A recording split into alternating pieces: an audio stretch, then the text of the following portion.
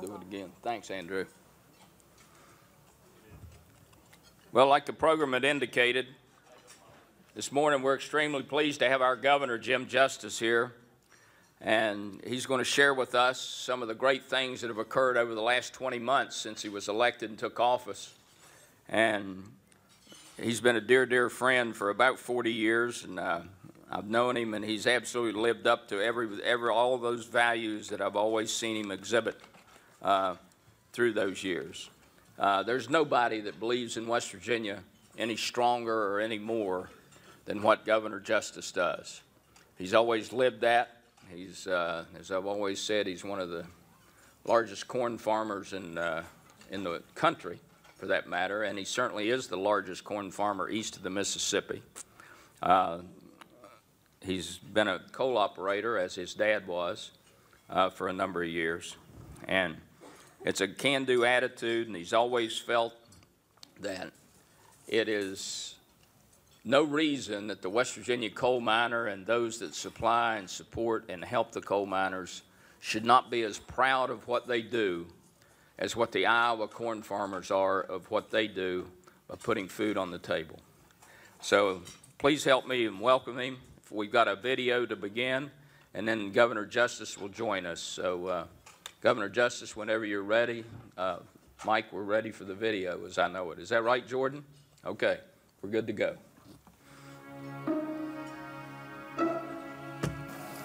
Coal has been so vital to us, it's been unbelievable. We should never forget who brung us to the dance. I mean, we went through about 7, 8 years, the entire Obama administration, seeing policy after policy aimed to curtail or cut back on coal production, coal consumption. So it was perhaps coal's darkest days until Governor Justice took office. We should try with all of our soul, with all in us, to try to help get our miners back to work. I will. I sat right at his desk in the Oval Office and said, Mr. President, what if this happens? You know, tonight, Governor Justice says he's the one that reached out to President Trump about designating coal as a national security interest. Justice and the president talked about the Trump-Justice coal plan. Plan's probably been around now close to a year. You know, it was Governor Justice who shared that whole concept with President Trump, who then ran with it. Justice says if the country relies solely on natural gas and shutters all its coal plants, a terrorist could attack a natural gas pipeline, crippling the country's power system. And he looked right at me and he said, God forbid it could happen, couldn't it?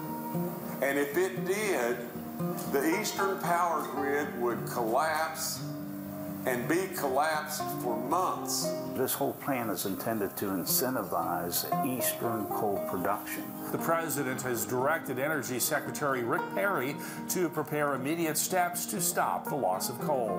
But that whole idea and concept came from right here with Governor Justice. You know, we're entering a new time. President Trump and Governor Justice have teamed up to do everything within their power, you know, to see those negative trends reverse.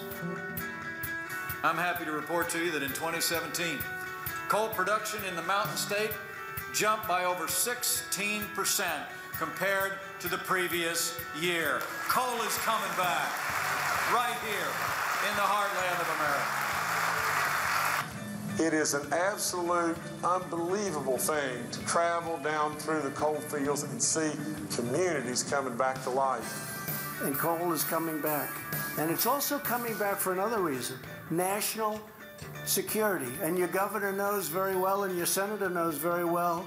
We're seeing new policies, new regulations developed here. Every ton of coal brings more payroll, more suppliers, more everything. So what's going on in the coal industry is very beneficial, as is any economic development. Both President Trump and Governor Justice you know, have pledged that they're going to put miners back to work.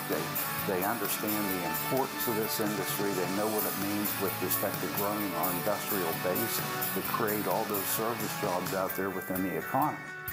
America is winning again because we're finally putting America first. Ladies and gentlemen, hometown boy from Beckley, West Virginia, who's taken this hotel back to its grandeur. Coal production's up, road construction's up.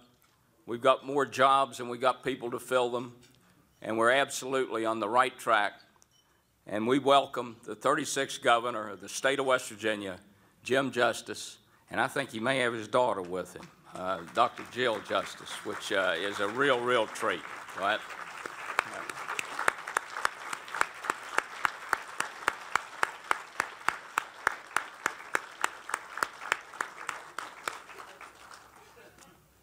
How you doing, big boy? How you doing, Brother Bill? Good, buddy. You good, sir? I'm good, man. You all right? You look good. Yeah. Well, there ain't much to Well, work no, with. I don't know about that. That's right. There ain't I much don't to want to work start with. off with a lie. That's right. That's right. Well, first of all, thank you for having me. I want to just, well, first, I need to tell you this, that I won't be able to stay and have breakfast. That's the downside of me, and that's on this deal, for me. But, because I've got to go to Richwood to another thing there. But I see a lot of friends and a lot of good people. A lot of people that really and truly over the years, sometimes are either taken for granted or not appreciated enough. And you are, and you have been, the backbone. I can't stand in front of you and not think about my dad, my mom, Lawson, and Buck, and Jim Compton, and Tracy. I can't possibly do that because how many times did I see them together? Great buddies that started the building work of a lot of what we have today. I see all the great work that Bill Rainey and Chris and Jason and Mike, whomever it may be, are doing. But you're not appreciated with me. Now, I want you to just stay with me just a second. You know, this governor gig at times is pretty perplexing, to say the least.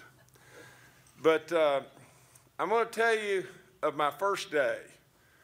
My very first day after the inauguration, I was coaching a basketball game at Princeton that night. One of the troopers was behind me and he said, "Governor, this guy is going to be with you after the game and take you back to your house." Well, I'm driving, so he's going to follow me. So the net of the whole thing is we come out of the game and I'm with Mo Ball and Kathy and I'm worn out. And so I said, "Mo, you drive." Kathy sits in the back. I'm sitting in the passenger seat. We're going down the interstate. You know, the troopers behind us. We get right to the first toll booth and zoom, right around me the trooper goes. And I said, "Just stay with him, Mo." And Mo just guns it right with him. And before you know it, we're going 90 miles an hour. And I'm thinking, well, we're going to get home really quick and everything. This is pretty dadgum good, first day. And then it dawns on me that just maybe I should call because we've got to go on to Harper Road instead of turning toward Lewisburg because of Mo's vehicle. So I called Drew Pendleton. I said, "Drew," and I told him what was going on. He said, "I'll take care of it, Governor." So in just a second, he calls back and he said, "Governor, the trooper that's in front of you is not with you. He's transporting a prisoner to jail. And the trooper behind you says he can't keep up with your ass." Now, that's the first day. Now let me tell you yesterday. Yesterday, I was on a construction project right outside of Elkins at Corridor H. We went into a construction trailer and got a briefing as to what was going on, and then we were going to go out to where they were constructing a tunnel, actually a bridge. And so going out, I jumped in my Suburban, and like a typical klutz that weighs a lot of extra pounds would do, I caught my pants on the side of the seat, and they exploded in the back. I mean, they ripped a hole this big. Now, I've got 3 speaking engagements. Now, so I just freeze. I think, boy, this is going to be entertaining. So I get in the back of my Suburban and dig and dig and dig to try to find a pair of pants. Of course, there's no pants. There is a pair of shorts, and they look like they've been thrown into a waffle iron, and then and they're just wadded all to pieces. So I said, well, that's got to be it. That's what I got to do. So I come back after I stand up against the wall looking at the bridge, and then I make it back to the construction trailer and go in, and there's a little kid from Union there. Well, man, he's not very far away. He just lives probably 25 miles from us here. He said, Governor, we're from the same neck of the woods. I'll take care of this. So what does he do? Jerks out gray duct tape on gray pants, and he duct tapes me all up. So I go to the next place, and I'm sitting there in front of a group just about like y'all, and I said to them, I said, I want you to know there's not an egotistical bone in my body. And then it just hit me, and I said, how could there be an egotistical bone in my body? I'm sitting here right now with duct tape glued up to my ass. So anyway, we've gone from first day to yesterday. Now let me tell you, there's no question being your governor is serious stuff. You know, if anything that I would not have expected, I would not have expected this. I would not have expected that there's a lot of people there that are great people. And there's those there that just want to be reelected. You know, throughout history, and I'm going to do this because I'm going over here because my knee's going to collapse, okay? Can you hear me now? Okay, good. Okay, throughout history, and I want you to hear this because this is the first time I've probably ever said this in front of a group. But you know, kings suppressed their people in order to make their people dependent upon the kings. And the kings stayed in power. In other words, the kings continued to be reelected. And the kings became royalty. And the people that were suppressed, really and truly, they needed the kings. Well, you see, in West Virginia, and I believe this, we have often suppressed our people. We have made them almost become slaves to poverty in lots of ways. That's not what we should do. We should not do that. We should try every way in us to perpetuate goodness for our people. Now, let me even go one step forward and say more and say just this. Now I'm really getting out on a limb.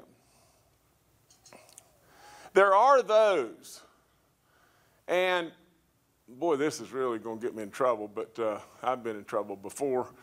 But every day, our so-called state newspaper writes doom and gloom. That's all that we do. Why do we do that? Why really do we do that? Is the end goal to suppress? I ran as a Democrat, and I saw at the altar when the Republicans were willing to compromise and did great work, and we were at the bloomin' altar. And the very people that the Democrats represent in a lot of ways, the poorest, the weakest, the veterans, the teachers, they dove in the ditch. That's all there is to it. They dove in the ditch. Now, I saw Speaker Miley jump up like a 4-year-old and storm out of the room with a whole bunch of his comrades. And many of us that are in here right here saw the same thing. Presidents, Gordon Gee and Jerry Gilbert sitting in the room, and they stormed out of the room over nothing. You see in the paper now, you see things come out like that are honestly, to me, nothing but Nancy Pelosi-like. I don't know why we need the likes of Tim Miley or this Spotnagel or whatever his name is. I don't know why we continue to buy into that. And of all people on the planet, I can't imagine that we could buy into is Ojeda. Really? Have any of you ever sat and had a conversation with Ojeda? Are you serious? You know, and he can be our U.S. congressman? I don't get it. I don't get it. I want you to pay really close attention to what's going on. Now, I want to read a couple things to you real fast, and I'll do this really, really quick. But in the campaign, there's some things I promised you, that I wouldn't take a salary. I want you just to listen and just think about this and see if it doesn't resonate. I promised you that I would give West Virginia hope, and I would move us from being stuck in the mud as 50th. I'd provide leadership. I'd work with financial investors. Give me 10 months. Government's role should bring prosperity back to the people. I'd pass a budget without going to a special session. I'd build the rainy day fund. We'd sweep accounts to get monies that were just in unnecessary places. We'd reevaluate severance tax. We'd raise revenue. We just had the all-time record revenue. We would increase our bond ratings. We would create jobs, blend business and labor, new industry, manufacturing, and environmental subsidy. That's the timber thing that I'm working on. We would build and improve roads, 20,000 workers per $1 billion of road work. All this is in the campaign. We would develop a niche crop in agriculture. We would move education to the forefront. We would pay our teachers more and fill the classrooms that didn't have a teacher. We would get rid of unnecessary agencies. We would promote and build tourism in this great state. We would address the drug problem, and we would help our veterans. Now, I'm telling you, Force fans, we've done a lot. Now, I'll end by, that's a good place. I'll end by just telling you this, that I need your help. I need your help because, and this is exactly what I know now. You see, I really, in my heart, don't really care if you're a Democrat or a Republican or an independent. I think first and foremost, all of us need to be West Virginians. Now, y'all can clap in just a minute, or y'all can boo, whatever, in a minute, but just hold on just 1 second if you would. Let me just say this. The Republicans, you and I, have brought us out of this mess. Now, any way you cut it, any way you slice it up, any way you dice it in any way, whether it be the teachers' pay, whether it be the veterans, whether it be the changing of the reddest numbers on the planet to black, the Republicans, you and myself, have brought us to where we are right here. Now, it doesn't mean that there's not great, great, great Democrats all over this state. It means that those that are sitting there in Charleston are on the planet Mongo a lot of times, in my opinion. You know, I called Tim Miley Nancy Pelosi, and I refer to Tim now as Nancy Miley, but it's appropriate. Just think about it. Think about this Spotnagel. What does he have to complain about? He has to complain that I don't stay in the mansion enough. So therefore, I couldn't possibly be working hard enough.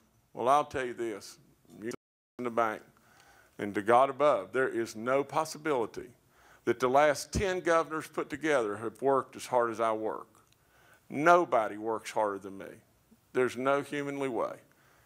I stay there when it's convenient. I don't stay there just to have the next party on your dime. I don't have everybody pay for everything that I do.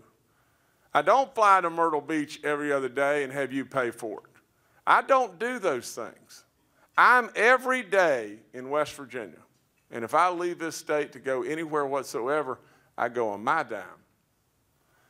Now, I'll end by just saying just this. You know, you don't know how much I love you and how hard that I've worked to try to protect our livelihood. You are the backbone of this state. You have been the backbone of this country forever. Your jobs have a multiplier effect that is unbelievable. Unbelievable. Your creativity, your charitable giving, and your grit goes not unnoticed with me, or goes very noticed with me. Now, I normally am nowhere close to this serious, because I believe the good Lord has given us all the ability to smile and laugh, and we should do that because this life gets pretty daggum tough from time to time. But I want to summarize by just saying just this. When I walked into this office, and I'd love to take all the credit for this, and it's totally unfair. That's why I said, good work by a lot of Republicans. Good work by overwhelmingly the good Lord. What has happened to the state of West Virginia is an absolute miracle, any way you cut it. Any way you cut it. If you would have looked at those numbers, without any question under the sun, we were as bankrupt could ever be. And nowhere to turn, nowhere to go. Impossible. Totally impossible. And look where we are today. Where we are today is this past year, from June to June, we're going to end up with a $36+ million surplus in the first year that we never cut budget. We actually spent a good bit more money. Just think about, I would challenge you, watch the numbers. Watch the numbers. Because at the end of the day, all the goodness that you can do, is driven by the numbers. I would challenge you, as you do many days, drive through our communities and just look. If you can get around the orange cones, just look. There's lots and lots and lots going on. I have a group of secretaries, and I don't know who all's here other than Austin Caperton, and Austin is doing an unbelievable job. But I have a group of people around me, and I see Senate President Carmichael out here, and I don't know who all else is here because I'm not going to go through everybody, but you know, they do great, great work. I need your help because your voices need heard. If you're tired of picking that paper up every day, for God's sakes, living, don't buy it. You know, absolutely. You know, at the end of the day, if you're tired of listening to these people just do what they do and everything, work to get them not reelected. You know, absolutely, you can't fathom how close we are from the president with me to being able to get this coal plan through. Think about what would happen. At one time in the state of West Virginia, we mined 197 million tons of coal, I think, in the late 1990s. I think that's correct. Is that not right, Chris? Or close. Today, we're up in probably the low 90s, but on day one, when I rolled in there, we were in the 70s, maybe even low 70s. But we still got an upside beyond belief. Beyond belief. The only way that I could figure, and I thought a lot about this, but the only way that I could figure that we could move the needle is just this simple. If you're in the Illinois Basin, the seam height is 20 foot. If you're in the Powder River Basin, it's 60 foot. Our seam height is 32 inches maybe. It's doggone tough to compete. But if something happens bad in this world, it's going to be doggone tough to haul coal from Wyoming to Florida Power and Light in a truck. It's just not going to work. So, I think that's our end. The president gets it, and the president's with you. You know, the president really, and first of all, he likes me for some weird reason, and we laugh a lot, and he says to me all the time, he says, you and I both like to eat, you know that? And I don't know where he gets that from. I'm so fit and everything, but nevertheless, I'll end by just telling you that I've been to the Oval Office over and over and over and over. At times, President Trump can be so busy and it coming at him in such a freight train of stuff. He's so brilliant. He's really a brilliant guy. But sometimes he's just bouncing off the wall. And this happened with your coal deal. I was trying to tell him about this, and he was just bouncing everywhere. And this was the second or third time that I had been there talking to him about this, and he's all over the wall and everything, and I know if he'll connect to it, he'll have this. And so I stood up in front of his desk, just he and I in the Oval Office, and I reached across the desk and grabbed him by his shoulders, and I said, Donald, you've got to listen to me about this. And then I said to myself, what in the hell am I doing? You know, and then I told him, and that's when he said those very words that said, you know, this could happen. And then he takes off running with it. So I'll leave you just with this right here. Our coal plan. Your president, your governor, your Republicans have led you to power and absolutely run our nation and the world for decades and decades. And it's my job. It's our president's job. It's the Republicans' job. And it's your job to see that we do that for decades and decades to come. I mean this when I tell you I love you. I wish to goodness Mom and Dad would be right here. They'd say to me, what? First of all, my mom would have killed me for running as a Democrat. That's all there is to it. And secondly, my mom and dad would sit here and say, what have you done, Jimmy? But nevertheless, I mean it when I tell you I love you.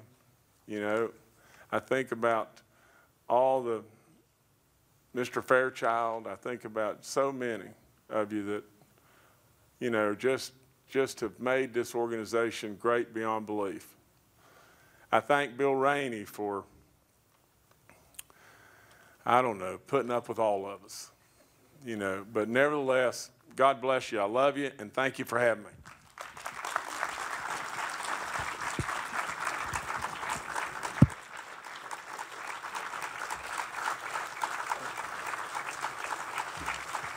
All right, Stan. Unbelievable. Okay, we're good. Y'all be good. Have fun. This is a pretty nice place.